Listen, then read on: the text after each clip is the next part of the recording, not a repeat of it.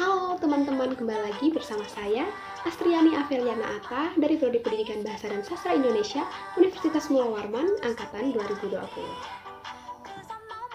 Jadi, pada kesempatan kali ini, kita akan membahas mengenai bagaimana cara meningkatkan sikap kritis dalam membaca. Tanpa berlama-lama, langsung kita ke pembahasannya.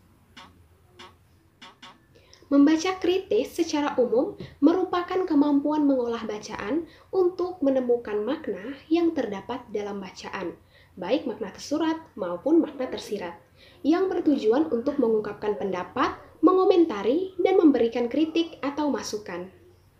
Selanjutnya, membaca kritis menurut para ahli. Menurut Albert, sebagaimana dikutip oleh Tarigan, membaca kritis adalah sejenis kegiatan membaca yang dilakukan secara bijaksana, penuh tenggang hati, mendalam, evaluatif, serta analitis, dan bukan hanya mencari kesalahan belaka. Sedangkan menurut Burns, membaca kritis adalah mengevaluasi materi tertulis, yakni membandingkan gagasan yang tercakup dalam materi dengan standar yang diketahui dan menarik kesimpulan tentang keakuratan dan kesesuaian. Adapun langkah-langkah yang dapat kita lakukan dalam membaca kritis, antara lain yang pertama, melakukan survei pada isi buku. Langkah awal yang harus dilakukan ialah dengan membaca dahulu bahan bacaan secara sepintas pada bagian-bagian tertentu saja. Tujuannya ialah untuk mendapatkan gambaran umum bacaan tersebut. Bagian-bagian yang perlu diperhatikan dalam membaca kritis diantaranya yang pertama, paragraf awal, paragraf akhir, dan juga beberapa paragraf di tengah. Yang kedua, bagian daftar isi, gambar-gambar, tabel, dan grafik yang memiliki gambaran umum mengenai bacaan tersebut. Yang ketiga, soal-soal yang mungkin terdapat dalam bacaan tersebut. Dengan melakukan survei, kita bisa mengetahui bagaimana konsep isi dari sebuah buku, bahkan sebelum kita membaca keseluruhan isinya. Dengan demikian, dapat mempermudah kita saat melakukan riset penelitian. Langkah yang kedua yaitu membuat pertanyaan. Pertanyaan-pertanyaan ini biasanya akan muncul ketika kita melakukan survei. Jika tidak terdapat pertanyaan, usahakan untuk mencari apa yang kita tidak mengerti. Minimal ada sebuah kata yang asing yang kita tidak tahu artinya, dan beri tanda menggunakan stabilo atau alat lainnya pada kata atau kalimat yang kita tidak mengerti tersebut. Dengan adanya pertanyaan tersebut, kita jadi bisa mengetahui apa saja kekurangan di dalam isi buku tersebut atau hal-hal apa saja yang belum kita ketahui sebelum membaca buku tersebut. Langkah yang ketiga yaitu membaca. Membaca merupakan langkah dominan di dalam langkah-langkah membaca kritis ini.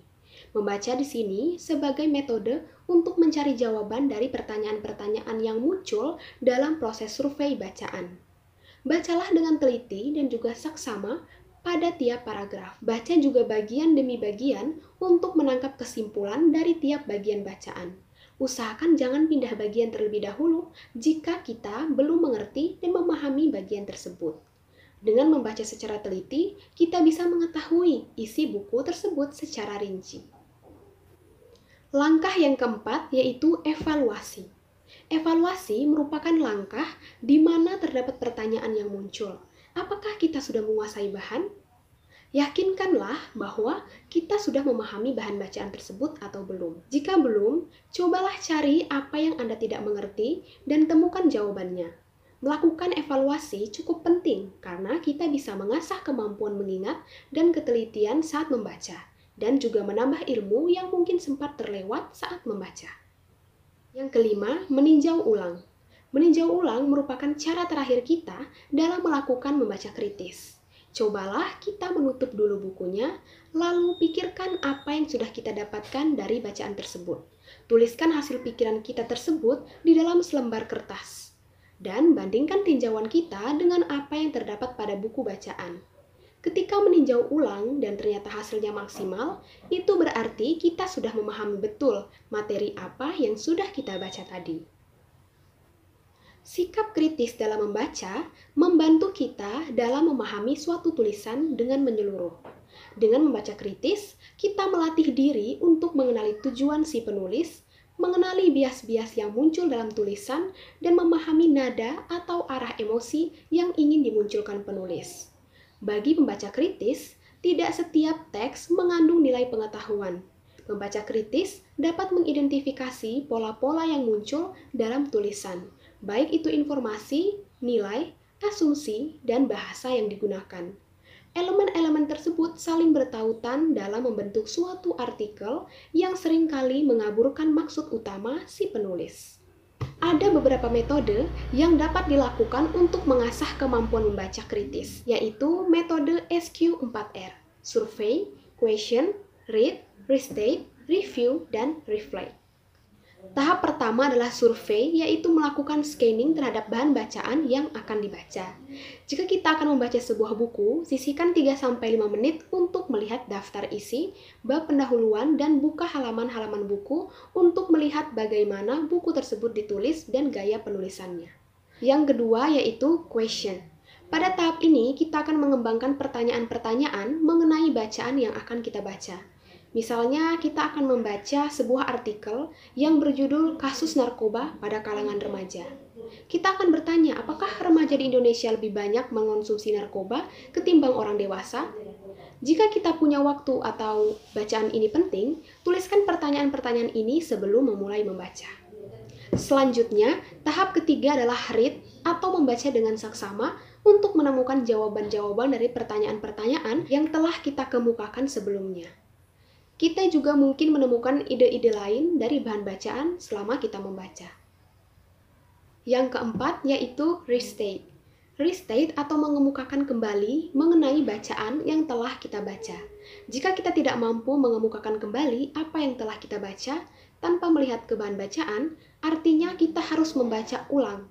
Restate ini membantu kita untuk memahami dan mengingat apa yang kita baca. Berikutnya ialah review, atau meninjau kembali seluruh ide-ide kunci yang dijabarkan di dalam bahan bacaan. Kita juga bisa membuat peta pikiran atau mind map dari jawaban pertanyaan dan ide-ide kunci yang telah kita dapatkan. Kemudian, tahap yang terakhir yaitu reflect atau merefleksikan apa yang kita baca. Kita akan kembali melontarkan beberapa pertanyaan refleksi terkait dengan bahan bacaan kita. Adapun pendapat menurut Mikuleki dan Jeffries untuk meningkatkan sikap kritis dalam membaca yaitu dengan mengajukan beberapa pertanyaan. Pertanyaan yang pertama, dari mana bacaan tersebut berasal? Apakah sumber informasi tersebut dapat dikatakan terbukti dan dapat dipercaya? Yang kedua, siapa penulis bacaan tersebut? Apakah penulis tersebut memiliki kualifikasi menulis topik tersebut? Yang ketiga, apa tujuan penulis dalam tulisannya? Yang keempat, apa pendapat penulis tentang topik yang ditulisnya? Yang kelima, apakah ada perbandingan mengenai informasi yang telah diketahui sebelumnya? Dan terakhir, apakah saya setuju dengan informasi yang telah saya ketahui? Selain mengajukan beberapa pendapat pribadi, meningkatkan sikap kritis dalam membaca juga perlu adanya kemauan, adanya keterampilan dalam membaca, dan menjadikan aktivitas membaca sebagai kebiasaan. Dalam pembahasan kita mengenai sikap membaca kritis, dapat disimpulkan bahwa membaca kritis adalah cara membaca dengan melihat motif penulis, kemudian menilainya. Membaca kritis berarti kita harus mampu membaca secara analisis dan dengan memberikan suatu penilaian. Membaca kritis juga merupakan proses atau kegiatan membaca dengan cara memahami teks untuk kemudian dianalisis dan dinilai kelayakan teks tersebut. Dalam hal ini, seorang membaca harus mampu menganalisis dan menilai apakah yang dibacanya itu bermanfaat atau tidak. Apabila hasil penilaiannya terhadap isi bacaan tersebut sangat buruk, berarti si pembaca tidak perlu menyebarluaskan hasil bacaannya kepada orang. Membaca kritis hanya dapat dilakukan terhadap bahan pustaka non-fiksi. Bahan bacaan fiksi seperti cerpen, novel, atau komik tentu sulit bila harus dibaca dengan kritis. Dan bahkan tidak ada alasan untuk melakukan, sebab orang membaca pustaka itu hanya untuk kesenangan belaka. Dengan membaca kritis, pembaca akan dapat pula memahami apa yang dibaca, dan dia pun akan mempunyai kepercayaan diri yang lebih mantap daripada kalau dia membaca tanpa usaha berpikir secara kritis. Oke teman-teman, terima kasih sudah menonton video ini. Semoga dapat bermanfaat ya untuk kamu dalam meningkatkan sikap membaca kritis. Jika kamu suka video ini, tekan tombol like dan jangan lupa subscribe. Sampai jumpa di next video. Dadah!